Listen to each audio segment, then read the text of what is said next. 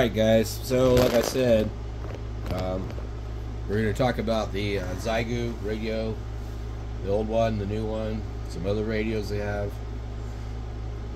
So, I've pulled up Radioddity. The first thing we see in the search here is the G90, 6100, the G-SOC, which is the controller that kind of looks like the 6100, and it goes to the G90 and other radios. Then you have this G106. I think it's missing a couple bands, like 160. This is just like what Google thinks I need to see or something. I don't know. So Radioddity, they are basically the U.S. distributor, I guess, for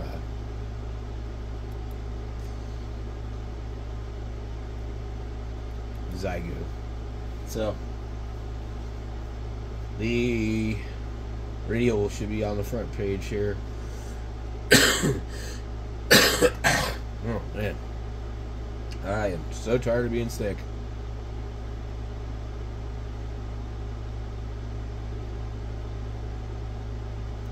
Interesting. Now, I don't like their website because it has lots of pop-ups. It generally runs really, really slow.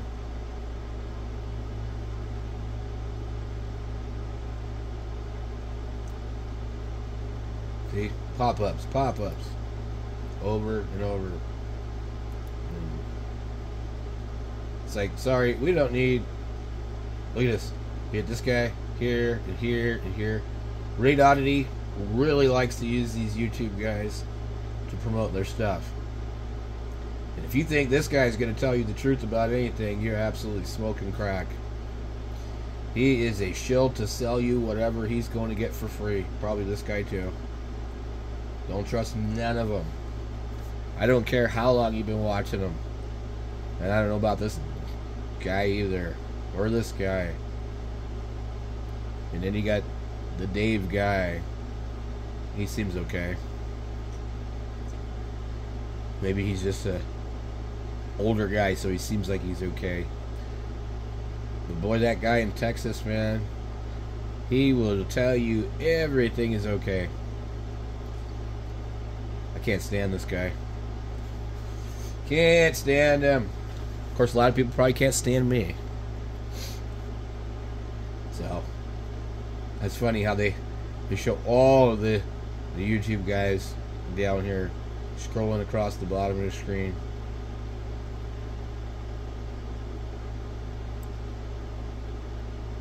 I generally just don't like anybody when they're telling me to buy something. I try not to be that way. I recommend stuff. I have affiliate links for anything that I recommend on Amazon because it's going to cost the same, but you can make me money. And if I'm going to make Amazon money, I should get something for it. So if I'm exposing a product and featuring it on my channel, and my viewers or people that are watching my channel are going to buy it, and Amazon's getting rich, well, yeah, I should get something. So, and it's usually a $15 gift card every month. So there's been some times I've got some pretty large ones, like they have like certain multipliers that would happen during, you know, whatever. Let's go here, HF transceiver. What did it say? It said authorized worldwide reseller.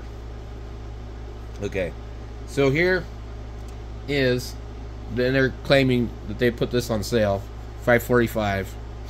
They usually charge more too. $445 for the G90, which is still an incredible value for today. So for $445 and $549, you could buy their amplifier for the G90 and be less than a 7300, but you would not be less than a 710. So honestly, if you want a 100-watt radio, buying this and this is absolutely stupid because this doesn't compete with the 710, unfortunately.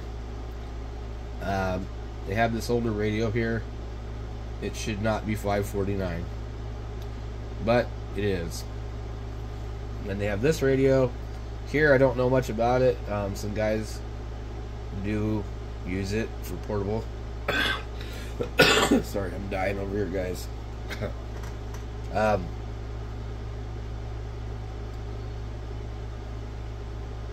I can't believe $69 for the fan. It's ridiculous. And if you're going to use that radio in the house, it needs a fan. Because if you talk on it for more than a few minutes, it's going to get hot. Anyway, this thing here looks cheap as hell to me. Okay? It does not look like a quality made product. Right here, this plastic looks like the front of a damn 90s CB radio microphone. I don't like it.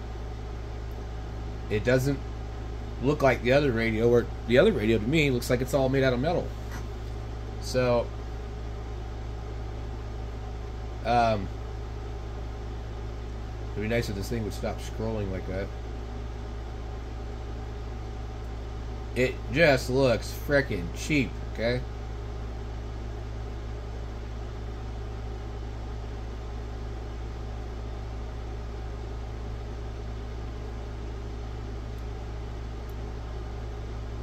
Okay, here we go. So it looks all plastic. It's a stupid video automatically playing. Thank you, Great Oddity, for spamming me. The pictures look so photoshopped, it's beyond stupid. See that? That looks very plastic.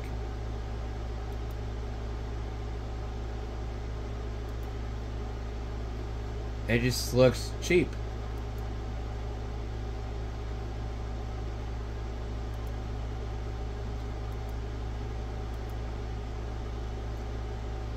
It appears to have a different type of plastic on the ends.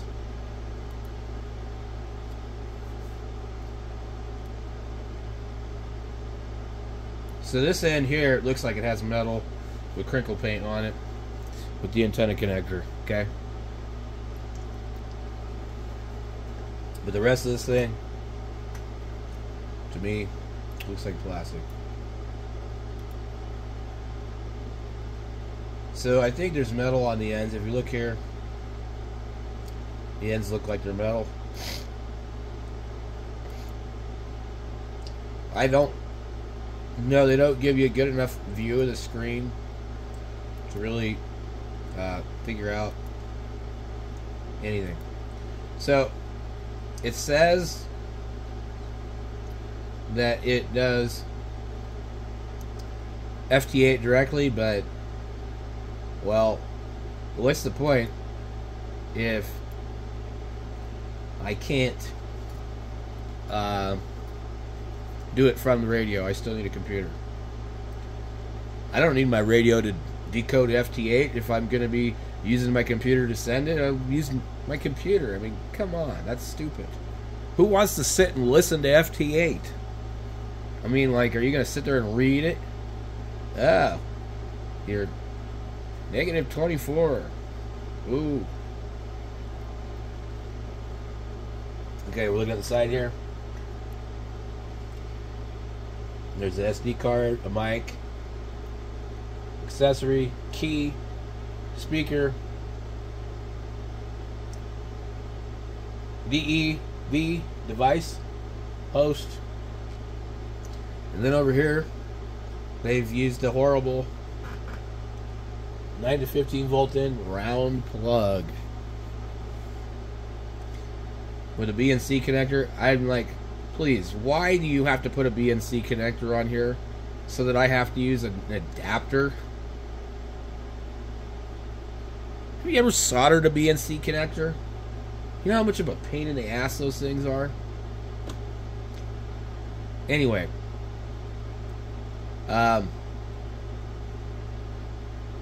I suppose BNC connector is like waterproof, but I don't see any advantage to using it. And we have enough real estate over here to put a SO239, so I think that's a major failure right there on their part right away. Some people use them, you know, because they're, you know, they like to use the smaller connector for, you know, stuff, but you're not saving enough size over there on that for it to be worthwhile. Good Lord, what do I gotta do to get out of this frickin' page? So they've still not, see this plate right here? They're still not telling us what this stupid plate is for. We went from G-core to D-core. D-core. The other ones say G-core on them. Okay. So there's this thing here, the expansion bay. They're not telling us what it's for. Okay. If we go down here, they think the shipping date is before June 17th. Pre-order offer. Free additional spare battery. $69 value. That's cool. Due to carrier's policy, we might need to send the additional spare battery or other batteries ordered individually over to our US EU warehouse by sea before getting them to you. This means spare battery will probably reach your doorstep by the end of July. Thanks for understanding. Precision RF direct sampling transforms your communication with advanced RF direct sampling. Enjoy crystal clear quality across HF 50 MHz, including wideband FM airband reception, ensuring seamless transmission and reception. Versatile radio operation. 6200 supports a wide range of communication modes, including SSB, CW, AM, narrowband FM, Digi, wideband FM, and is perfect for both enthusiasts and professionals to meet all your communications needs. Portable design features a compact frame, a built-in replaceable 3200 milliamp hour battery, a substantial interference shielding. It's your one-stop solution for both desktop, field, and POTA activities, offering 4 to 5 hours of operation time on a single charge. Advanced user interface features 4-inch high-resolution color screen paired with a sensitive receiver for fine signal analysis. x6200 ensures superior user experience. Blah blah blah. The automatic antenna tuner ensures optimal signal reception and transmission, which means it works on receive. Seamless connectivity with an integrated sound card, FT8 decoder, and support for BT Wi-Fi operations. I think they mean Bluetooth. The 6200 offers easy wireless control and connectivity, making setup and operation a breeze. So,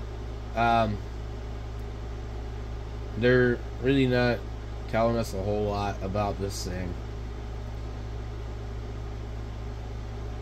The battery, in my opinion, is on the very small side. Your cell phone has a larger battery in it, in most cases. A 3.2 amp hour battery. So let's put this into perspective. Oh, I'm not even going to drag it out. Anyway, it's pretty small. But it's also not doing much power.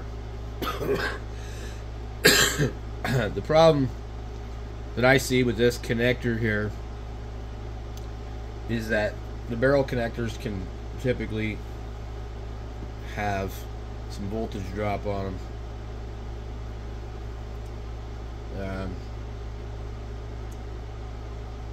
Let's see. So when powering it with a external battery so that you can get the 10 watts out of it, you might have problems. Let's see what they've rated this thing at.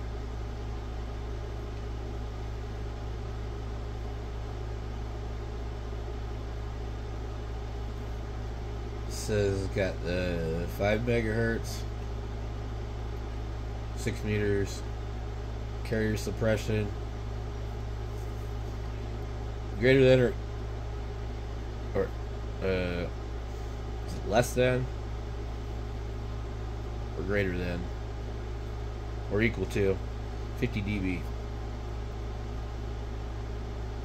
They're saying apparently greater than or equal to. Microphone impedance 200 to 10k ohm.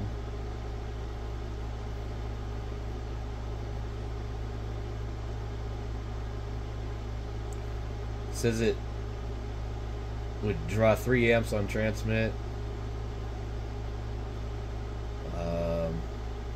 650 milliamps on standby. Sensitivity 10 microvolt for shortwave to like the bottom of 160.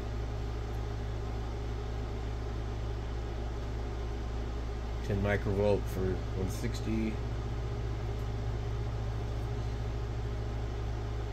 0.2.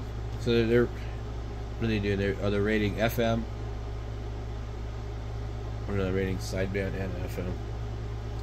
0.2 microvolt for sideband on 160, and then AM is 10. Or FM, I don't know. This is hard to interpret here. Band, sideband, CW, FM, AM, wideband. So, 28 to 30 megahertz, it's 0.2 microvolt for sideband CW, 0.2 microvolt for FM, 2 microvolt for AM, and I don't know about wide FM. So 2 to 27 megahertz. Sideband's rated the same. FM varies quite a bit.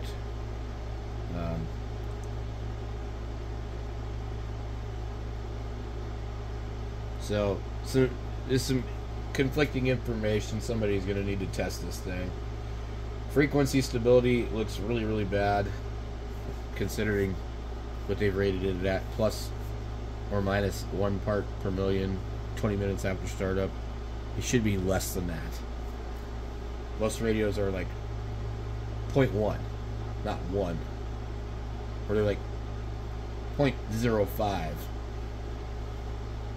Older radios, some of them are like 1, 2, 3, 4, 5. But the SDR radio, it shouldn't really be moving around that much. I don't know if you'll honestly be able to tell. Here's a picture of the production as of May 22nd. Oh, what the hell? See all these boards. It's pretty cool. So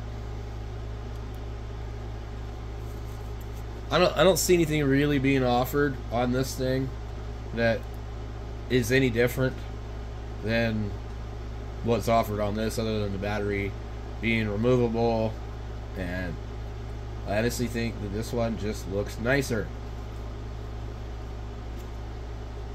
They've got a bundle you can get here. You can get a speaker, cable, protection brackets.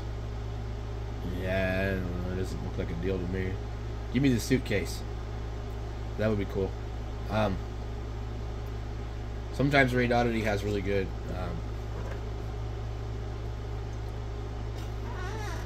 this one makes no sense. Analog SDR radio. Analog? What the hell? So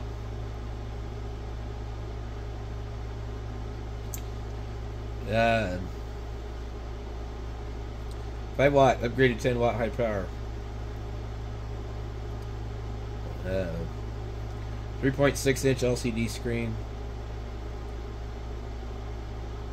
Oh, what's new from 5105 to x6100? One's analog, one's SDR, 5 watt to 10 watt. Now, is this radio actually 10 watts?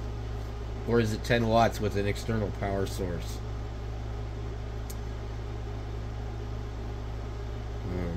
I don't want to see a comparison. I just want to read the specs on the actual radio. Let's see if we can just do that. Okay.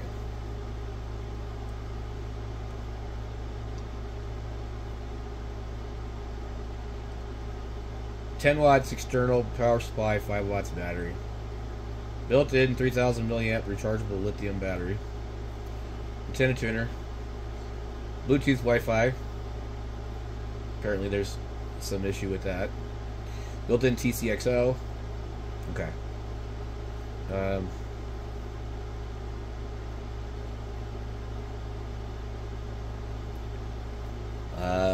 Sideband suppression greater than or equal to 50 dB.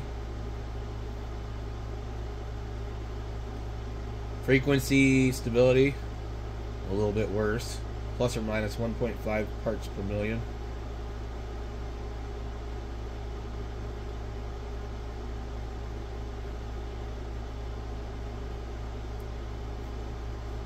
Received is supposed to be worse on 160.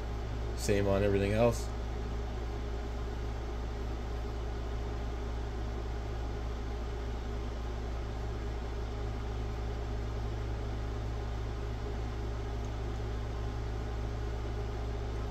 Apparently, let's see.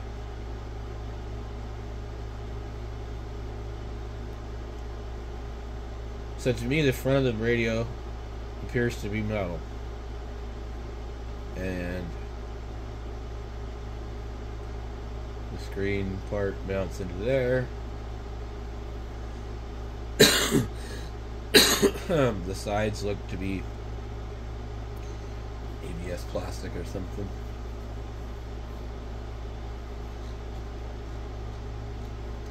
So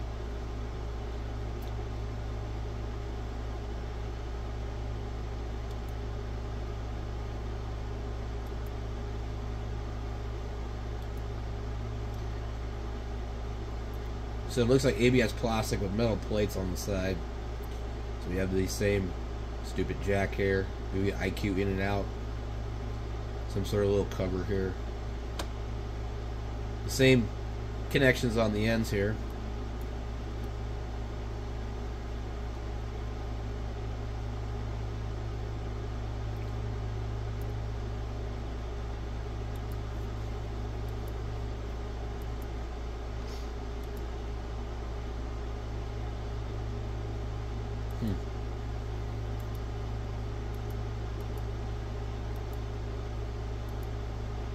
So I don't know, guys. I don't have one of these. I've got a G90. I like the G90. I do not like the how the AGC doesn't seem to work right on my G90, but I've not updated the software, and I bought my G90 in like 2019, 2020. I think actually the G90 had just come out pretty much when I bought mine, and they were out of stock for quite a while. And then one day I noticed that they had them at Ham Radio Outlet and drove down there and got it because it was cheaper back then. It was like $4.19. They were $4.19, and so. But this thing here would be very cool. I'd like to see a 10 watt radio with 20 with battery. I think that would be the real deal. 5 watts on this thing. I don't know if any of you guys have done a lot of QRP. If you have, then you already know that 5 watts and 20 watts are like night and day. For portable, when you're using a bad antenna, usually, it's very difficult. I'm here to make reliable communication. I'm not into QRP. I'm not into like struggling to do things. I am of the mind that a radio needs to be reliable. You need to be able to count on it. And if it's for emergency purposes, it needs to be able to do what it takes to make the contact if there's an emergency. At the same time, even if there is not an emergency, you need your radio to be able to make contact where the person is not struggling to send you a numbers report. That is not a QSO.